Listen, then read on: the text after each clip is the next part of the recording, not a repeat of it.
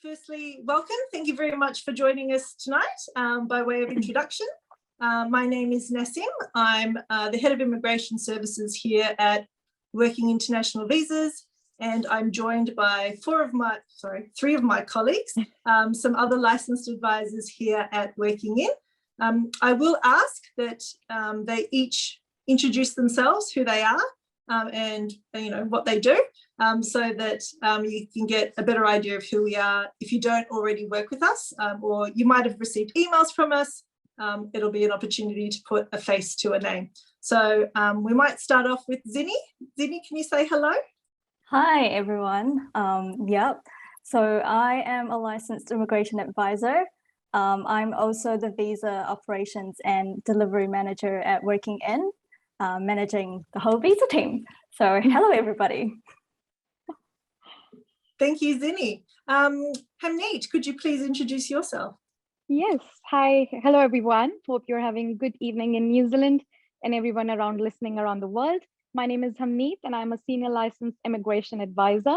I can see people joined us from Malaysia as well. Hello to you. Thanks, Hamneet. And last but not least, joining us tonight, we have Don. Hi, hello, and a very warm welcome. My name is Don, licensed immigration advisor, and I am supervised by Nassim. I just want to say hi to our viewers out there, especially to our Filipino viewers. Hello, mga kababayan. Thanks, Don. Now, I also just want to congratulate Don on recently receiving his license as a licensed immigration advisor. So Don's been with us for a little while, but I just want to congratulate him because it's a great achievement. Most of you might have already known him because he's assisted with a lot of applications in the past. So tonight, we're going to talk about the recently announced 2021 residence visa. So we had whispers of it coming. I remember on Wednesday night last week, and sure enough, first thing Thursday morning, the government announced a new category that will provide a residency pathway for up to 165,000 people. Now, it's important to note that the 165,000 isn't necessarily just 165,000 principal applicants. The government has suggested that that also includes additional family members like partners and dependent children.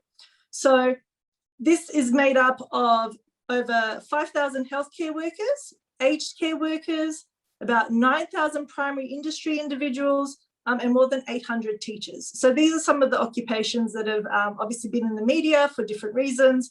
So the policy was announced to encompass more individuals in New Zealand in their eligibility for residence. Now, although Immigration New Zealand hasn't released all of the details, there is some information that we do have, and tonight we were going to talk about the information we do have and specifically what we can rely on, because the stuff that we know is the stuff we know, and so for that reason we can prepare. Now, most people who will be eligible will be those that are on work-related visas. Now, this includes essential skills, work to residence, and post-study work visas and their immediate family members. Now, tonight we're specifically going to talk through these 4 points. So who's eligible, what the application process and timeframes have been told are going to be, how we can help, and then a couple of questions that we've received so far from the people that we do already assist with, and some of the answers that we already know. So Hamneet, did you want to talk us through the first part? Yes, thank you, Nassim. I know everyone is excited for this new announced residence program 2021. I still remember on 30th of August, September, sorry. My voice is also cracking. It was such a new, fresh news. It was early in the morning at 5 a.m. that the immigration announced this new big residence program for all the migrants in New Zealand who could potentially qualify to apply for residence. They have actually divided into 2 stages, which we will obviously discuss in details later. But in a nutshell, or in a brief overview, several temporary work visa holders are eligible to apply under this new residence program. And critical purpose visitor visa, who have come here for long term, more than 6 months or, they can also be eligible to apply under this visa. Good news, they can include their partners and their dependent children in this residence program. So the details will be discussed in this seminar, and you will get more insight about how each one can qualify. And there will be a link attached to this chat, which everyone who thinks that they need to qualify for, they need that whether they can qualify under this residence program, they can fill this with the accurate details, and we will come back to you. It's a free eligibility form. We can come back to you with an accurate answer, whether you qualify under this category or not. Over to you, Don. Thank you, Hemni. Just to add that Immigration New Zealand will open the application in 2 phases. So first application is from 1st of November 2021 for some eligible applicants. And the second one is on the 1st of March next year for remaining eligible applicants. All the applications must be, however, submitted by 31st of July 2022. So as mentioned by Hemni, we will be providing you the specific details for you guys on the specific update shortly. So now I'll give the floor to Zinni for the eligibility. Yeah, thank you, Don. So from the information that we know so far, these are the eligibility criteria. And it's really important to note that you needed to have met the criteria on 29th of September 2021. So that's last Wednesday. So just in a brief, I think you also see it on your screen. So to be eligible, you must have been in New Zealand on the 29th of September 2021, unless you are a critical purpose visitor visa holder. You're arriving between now and next year, July, or you are in Australia and you meet one of the waiver criteria. You also need to be on an eligible visa, or if you're not already on an eligible visa, you needed to have applied for that visa before 29th of September. So on or before 29th September. And what is really important to note is that you need to continue holding that eligible visa. We will probably cover some of that later, but yeah, you need to continue holding that eligible visa, whether it's in essential skills or another eligible visa, to continue being eligible to apply.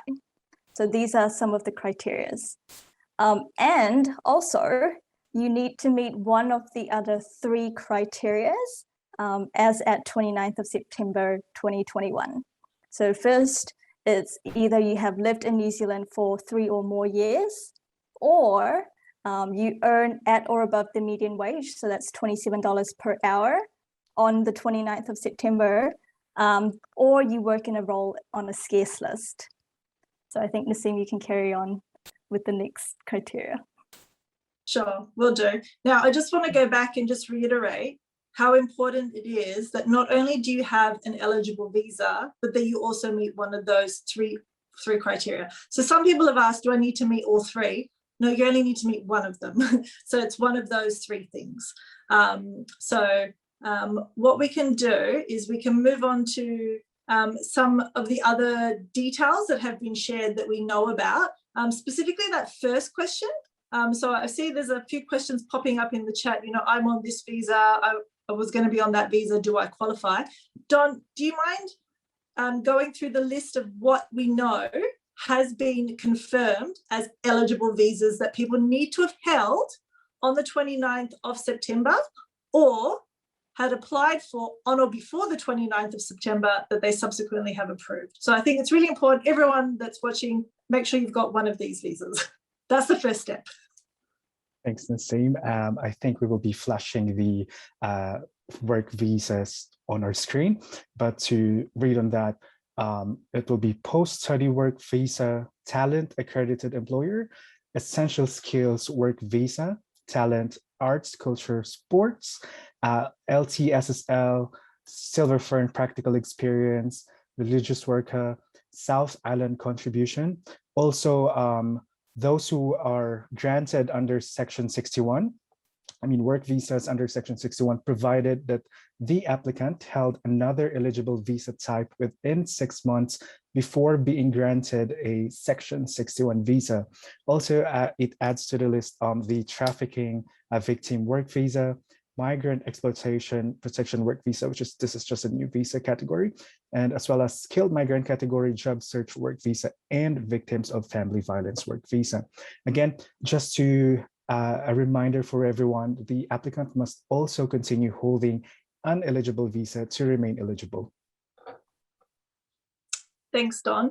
Thank you. Now, I'm going to ask Hemni to talk about the next part of the information that we were going to talk about, because as some of you may know, she is our resident border exemption expert. And one of the exceptions to having physically been in New Zealand or on one of those work visas is that you had a critical purpose work visa.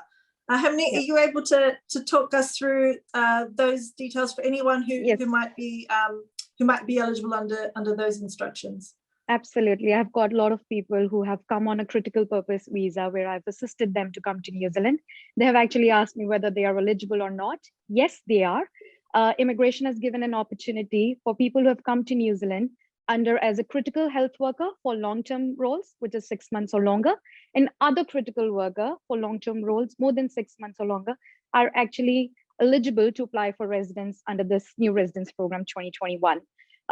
Good news, whosoever has got approved critical purpose visa and are not in New Zealand yet, they can make an entry before 31st July 2022. I don't want to mess up the dates again. 31st July 2022, they can enter and they would qualify for this residence program. But if you're in a short-term roles, say for example, including fish crew, agriculture, and horticulture mobile plant operators, unfortunately, they are not included under this category. But don't worry, there is always a way to sort the permanent pathway. You can get in touch with us for that. Thanks, Emily. I think that was a good summary. So not all critical purpose visitor visa holders qualify, but some do. I think, I know we shared the link in the chat earlier. If anyone wants us to be able to look and give a high level confirmation of your eligibility, we have created a page where we can get some base information from you, and based on that we'll be able to tell you whether you look like you appear that you meet that criteria or not. It's just being shared in the chat boxes again, so feel free to take a note of that, and if you've got questions you fill that out and we'll be able to get in touch. Now I just want to quickly say we have over 350 people who are on here right now, and if all of you complete that form, it might take us a wee while to get back to every single one of you. So we do receive them. I can see that some of them have already started to pop up in my inbox, so they do come through. You just have to give us a little bit of time to actually process them and get back to you one by one. So I just want to move on to the next thing. So we've previously discussed that you needed to have been in New Zealand on the 29th of September, apart from one or two slight exemptions, and you needed to have applied for an eligible visa that's granted on or before the 29th of September, or you've lodged it and it's subsequently approved. Now, in addition to that, we know that one of the requirements is that you meet one of those three criteria that we spoke about. Now, the first one is that you have potentially lived in New Zealand for 3 years or more. Now, it's really, really important that the government added this because they specifically wanted to give those individuals who've been in New Zealand for a considerable amount of time a pathway to residence where they might not have appeared to have that pathway.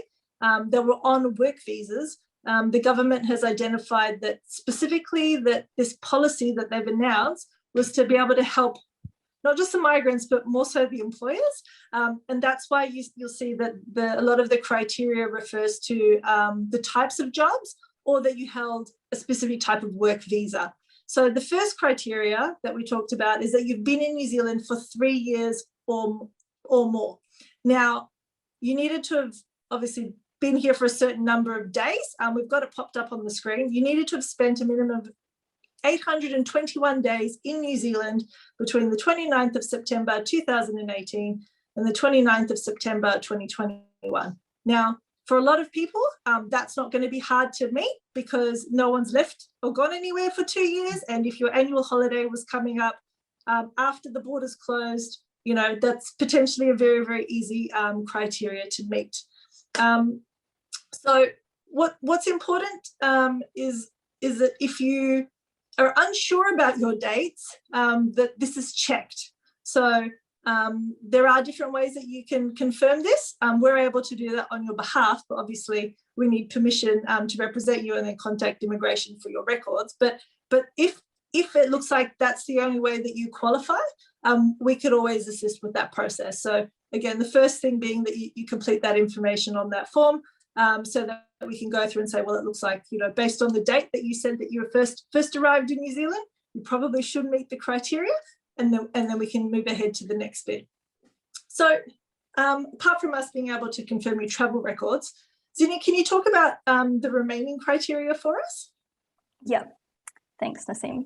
I think with the first criteria that you talked about, it's also really important for everyone to remember that if you're planning to travel, or if you were planning to travel, and if you already meet that criteria, please don't leave New Zealand unless you're prepared to not apply for that residence, because then you might not become eligible. So if you have any questions, come and talk to us. And if you have any travel plans, also discuss with us. So the other two criteria that I wanted to talk about is first, you need to meet the median wage requirement. So median wage on the 29th of September 2021 is $27 per hour.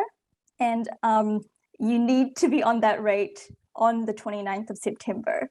So we have questions from people asking, oh, what if I'm back paid, or what if I don't meet that wage requirement yet, but I will in the future? I think the best thing to do is come and talk to us, because then we can confirm with you, whether you still meet the criteria based on other requirements. But what we know so far is you need to be on $27 per hour on the 29th of September 2021. And in terms of the checks that immigration does, we know that they usually check, things like your pay slips, your employment agreement. They also do cross checks with other government bodies, so such as IRD. So it's not just you saying, I'll meet that rate, it's you have to prove it as well. And the third criteria that was on the list was you need to be working in a job on a scarce list. So what's a scarce list? It's either the long-term skill shortage list, or you have a job requiring occupational registration in the health or education sector. You are a personal carer and or other critical health worker, or you have a job in the specific primary sector list. So some of the examples that I can give you in terms of what are the jobs on this list is, for example, an electrician or a teacher, or if you're a registered nurse or health worker, like a doctor, or a vet, a quantity surveyor, a civil engineer, the list goes on. And there is also another interesting list, which is the list of primary sector jobs. This list particularly includes jobs that traditionally haven't qualified for residence in the past. So things like arborist, I saw, I think, a mushroom picker, a pet groomer. So it's a very interesting list. If you're not sure whether your occupation would qualify, you can let us know, contact us, and we will check for you.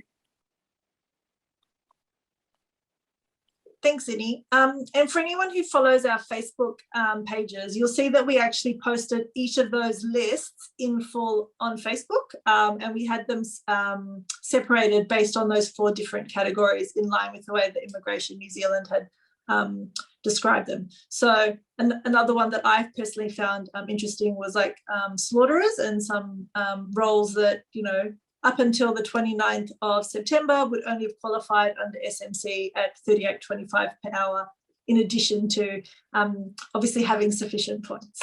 So there's lots of information. We appreciate that it's all very, very confusing. And so for that reason, that's why we're sharing all the information, but we're able to assess each person individually, because we appreciate that not everyone's the same. And so there's the link that we've been referring to, but yeah, on all their Facebook pages, we've got all the information, but also individually, we'll be able to get back to you to explain whether or not it looks like you meet that criteria or not. Again, this is all just based on the current information that we have. Some of the finer details haven't been released by Immigration New Zealand, so we cannot confirm. Moving on from there, Don, can you tell me what we know about family? Yes, thanks, Naseem. Just to add that, what we know so far is that in this residence application, applicants can include their partners and dependent children, including those who are currently offshore or outside New Zealand, which is good news. They would mostly likely needed to meet the usual partner and dependent requirements. So just for example, anyone if OFWs, or if you guys have been living apart due to being separated by the current border restrictions, you should check with us if that offshore family member can be included. So contact us now. And also, for example, what you need to do now, I think we need to prepare your evidence of genuine and ongoing relationship, because presenting this relationship is massive or time consuming. And also, it is worth noting that applicants must need to meet the mandatory health and character requirements. Although INSET announced that overseas police certificates will not be required unless specifically requested by a case officer, the minister has noted that they will still conduct stringent character checks to ensure that the quality or the security of the immigration system. So for the medicals, limited medical certificates and chest x-ray may be required for some people. So INSED may, of course, request further information about this on the application process. So if you have something noted on your police certificates, on your police records, please contact us, because you may still require a character waiver. So if you have concerns about your medicals, contact us so we can review. All right. At this stage, I think Hamid will now discuss the application process and timeframes. Yes, thank you, Don. As I mentioned before earlier in this webinar, that this application and this residence program is divided into two phases, which is our first phase is December 2021, and the second is March 2022. I don't know what's wrong with my dates today. So for first December 2021, those who are eligible, who can actually apply, you've already applied for residence under skilled migrant and residence from work category before or on 29th of September 2021. Or you have submitted SMC expression of interest and have included your dependent child in the expression of interest, age 17 years older on 29th September 2021. I just want to clarify, because I've got a lot of questions regarding this that I'm hearing as well in the forums, that I have lodged a SMC with an EOI, but no dependents included. Those people are actually eligible in March 2022, because all the other eligible applicants can apply, including whosoever submitted their SMC expression of interest. With what they mean is application applied under SMC, which is the ITA stage submitted. It's not the expression of interest with no dependents included. It is the ITA stage that is submitted and residence from work before 29 September, those who are eligible to apply for residence in December 2021. The last day to apply under this category is 31st July 2022. I think I've got the dates corrected now. So these are the basic two phases that the immigration has introduced. As said by Naseem, we are still waiting for the policy to be released so that we can guide you further on what information is required to apply under these two categories. For you to be eligible and to qualify under each of the categories, please fill out the free eligibility form, so that we can at least guide you on what category that you fall under, and we can get the process started ASAP. This is a one-time opportunity, guys. Grab it. Thanks, John. Thanks, Hamneet. I think it's important to note that potentially some of you might have multiple times that you qualify just based on your personal circumstances. So, people might have submitted an EOI and have dependent children and they're here onshore, but they didn't get their ITA for whatever reason. So they might qualify under phase 2, but they might also qualify under phase 1, but they might also qualify under phase 2 for other reasons. And some of the families that we've looked at, we've realized that traditionally, even though the partner would have an open partner work visa, for whatever reason, they each have their own independent work visa. So they both qualify. So that's why we're saying, if you're not sure, if you get in touch, we'll be able to tell you, okay, for you and the information that you've provided, this is what you can do based on the information we have to date. So we talked earlier about, giving everyone a little bit more certainty. Now, obviously, the first thing is to look and say, yes, you meet the base criteria in order to meet these, to be considered for these instructions. Now, for us to then reconfirm that information, we would then, I explained it would be a further process. If that's looking positive, we'll get in touch with you and say, hey, it looks like you meet the criteria. This is just based on the information you've provided. We haven't double checked anything. It's just based on the details you've sent us and that we've compared against the information we have from Immigration New Zealand. Obviously, after that, we can do a more detailed assessment, check things like your travel history with INZ, your visa history with INZ. We find that a lot of people sometimes are confused as to the visa that they hold and what they've submitted, because that can affect potentially your eligibility. And then also, confirming that, you earn as much as you think you do based on pay slips and the sort of information that would be provided by IRD, to the government if it was requested. And finally, obviously looking to see if the role that you're on does look like it's one of the ones that's listed on the scarce list.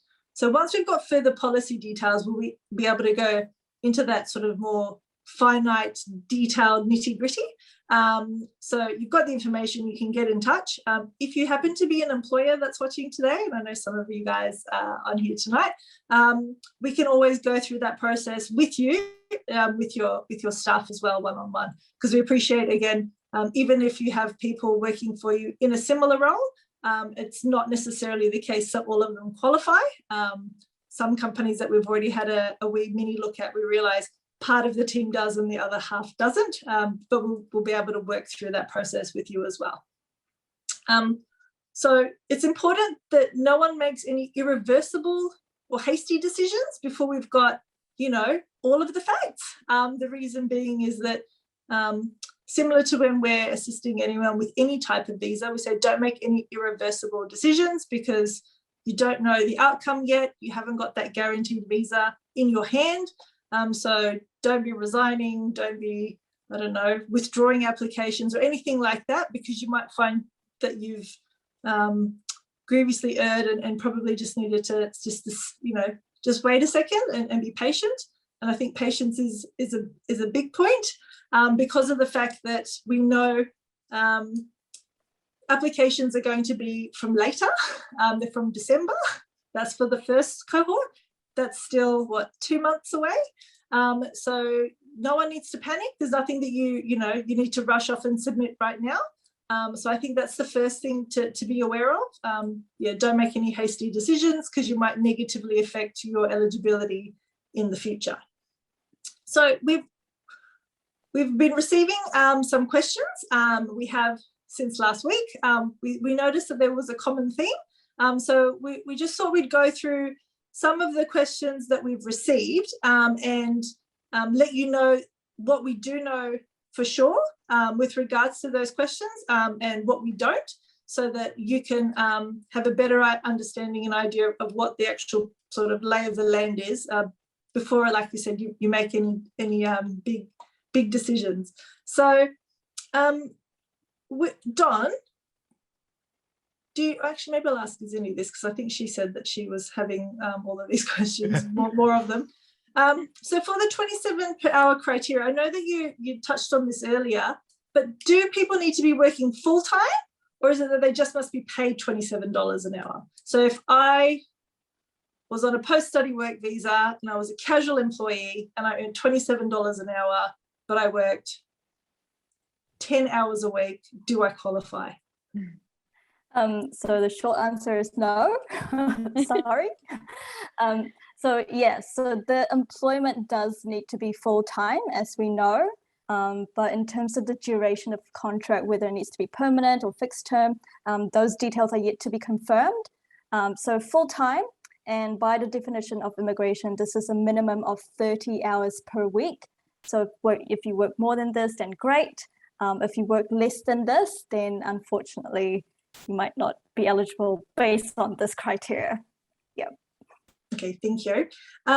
So Hamneet, tell me, if a person held this job paying $27 an hour on the 29th of September and was employed in an occupation on that scarce list, but then subsequently left that job, are they still eligible to apply for residence under the phase 2 cohort in March 2022?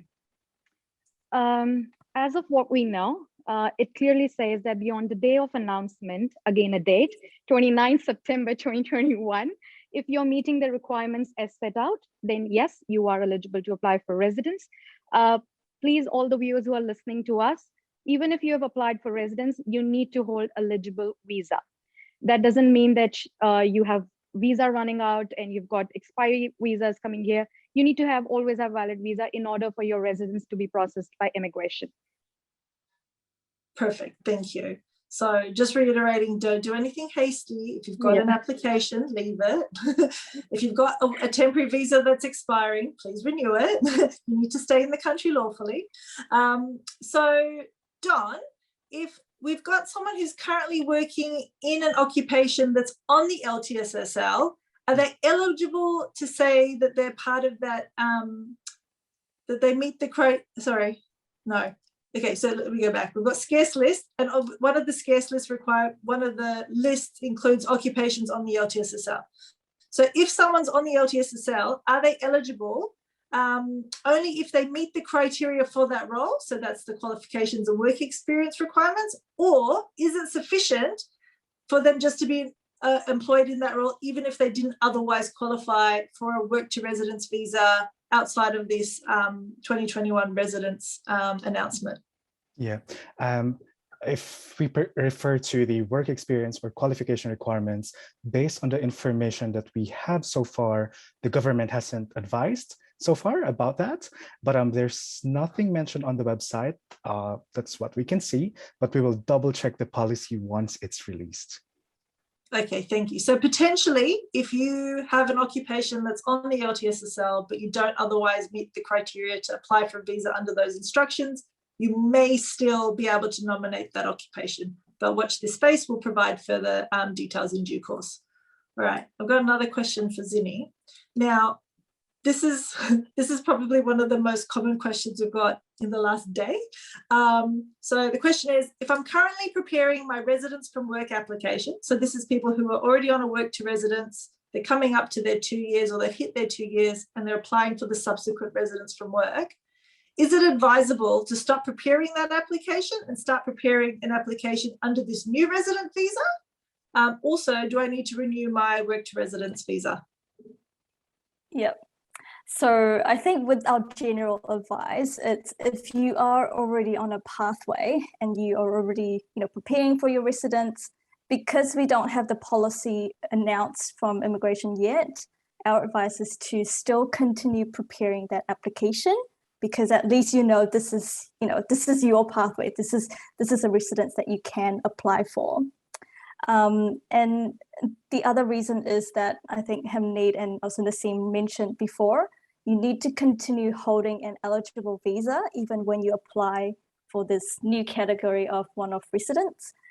So for example, people that are holding work to residence, most people can only renew once you've submitted that residence application. So it's important that you still submit that residence and then renew your visa and then continue staying lawfully in New Zealand.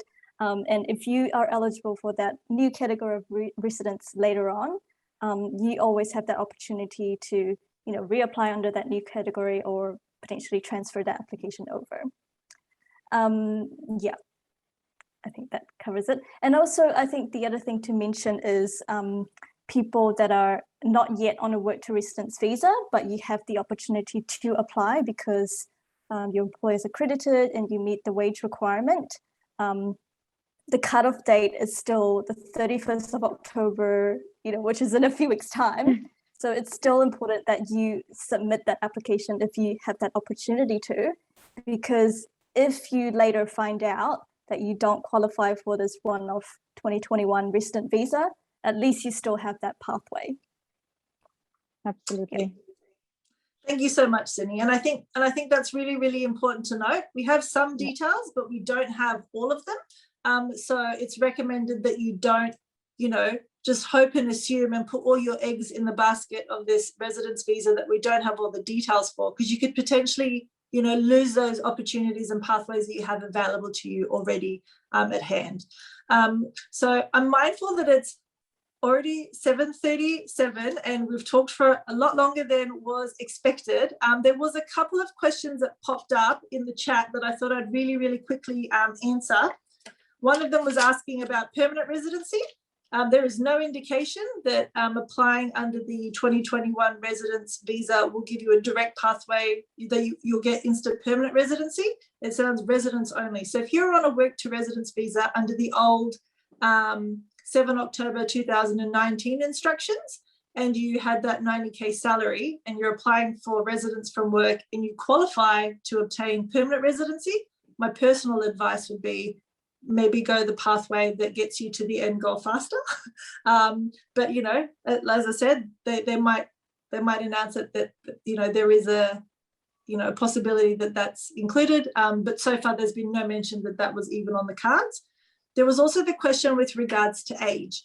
Now, very, very interestingly, and I remember when the announcement came out, I had Rob Perry from INZ texting me saying, "Oh, did you hear, you happy with the announcement?" And I said, "Yes." First question I had was, "Is there actually an age requirement? Because I don't see it."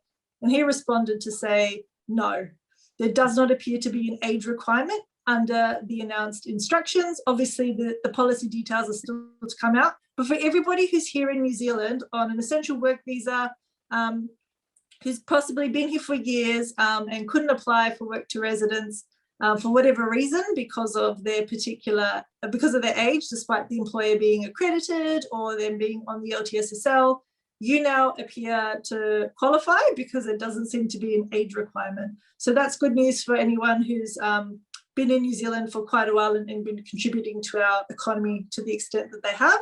And then the last question was, how much is it going to cost? We have absolutely no idea, and anyone that tells you otherwise is making it up. It hasn't been confirmed by the government. It is something that is under consideration, and as soon as we know exactly how much this new policy will cost, we will let everyone know. Continue to follow our Facebook pages. As soon as anything comes up, we post it up there immediately. It's the fastest way that we can share information. And you might find that if you've already got a pathway, depending on what this new visa costs, that it might make sense to stick with the pathway that you've got. We don't know. It might be cheaper, it might be more expensive. We are waiting for the government to confirm those details as well. So I just want to thank everybody again for coming to listen tonight. Hopefully it's been helpful. Just confirming that everything that we've talked about and we've shared was what we definitely knew the government has told us about, that we feel we can rely on. Everything else is still currently speculation. So because we don't have the full details, we're sort of just only able to assess people's eligibility as a first step based on the amount of information we have. We don't have the nitty-gritty. The further information is to be released later this month. When this month, we don't know for sure. But like I said, there's going to be a lot of you that will qualify because the government's told us 165,000. So that's a lot of individuals.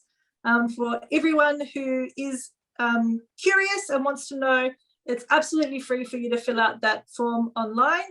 We ask for those details because we're trying to fit you into the box based on the instructions that we have today.